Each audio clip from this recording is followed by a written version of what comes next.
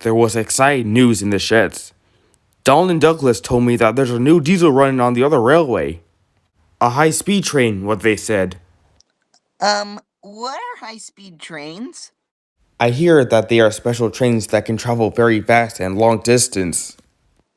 Like Gordon? Sort of, but they are a bit more modified for the job. They have a diesel engine at each end and can go 125 miles per hour. Wow, they're fast. Gordon snorted. An engine at each end, he said. There's only one of me, he said, and I bet I can go faster than those smelly boxes on wheels. Probably even faster. The other engines said nothing. They had heard Gordon's boasting before. The next morning, Gordon was still bragging. Speed's nothing to me, he said. Why, one of my Doncast brothers went 125 miles per hour. I'll show these diesels a thing or two about speed. Just you wait and see.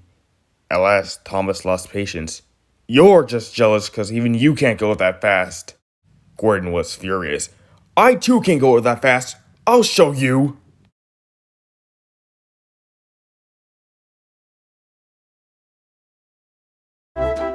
Many visitors came to the Vac Controller's railway, and they would often use the express, so it was usually full and heavy. Sometimes the little engines like Thomas, Duck, and Percy will help give the bigger engines a push to get the heavy trains moving. There had been frost lately during the night, and now the rails were wet and sleepy, making an icy field across the tracks. The coaches remained under the platform's surface, but Gordon remained outside. He was impatient. Come on, let's get going, he complained. Why the rush, Gordon? There's plenty of time. 'Cause the sooner I get going, the sooner I can show up those box caps on wheels on the mainland about speed. Duck said nothing and rolled away. Gordon shivered impatiently as he waited.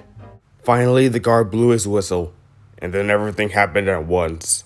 Come on, come on, come on, he shouted as he tried to pull away quickly, but his wheels slipped on the icy rails. Ironically, Gordon's big system worked against him. The sudden movement made water in his boiler surge forward, and the driver could not shut up steam.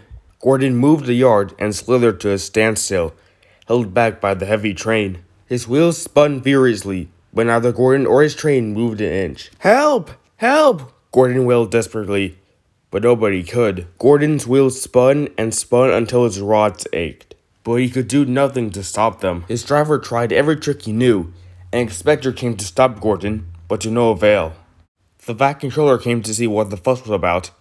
He shouted many things to Gordon, but Gordon was making such a noise that he could barely hear anything. Sparks showered from the rails, but Gordon's wheels kept on spinning, and spinning, and spinning. It was a quarter of an hour before Gordon had used up all his steam. The reduced pressure allowed the driver to close the regulator, and with a deep sigh of relief, Gordon's wheels came to a stop.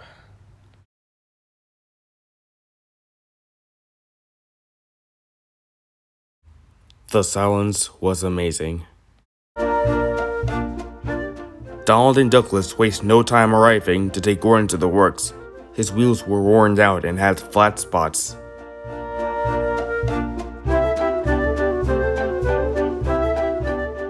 Henry then took over the express. When he was gone, the workmen had to replace the rails that Gordon was standing on, because his wheels had worn deep grooves into them. It was nighttime by the time Gordon was repaired, and so he returned to the sheds. Gordon said nothing, but he could hear the other engines speaking. Hey, one whispered, did you hear that Gordon went for a spin today?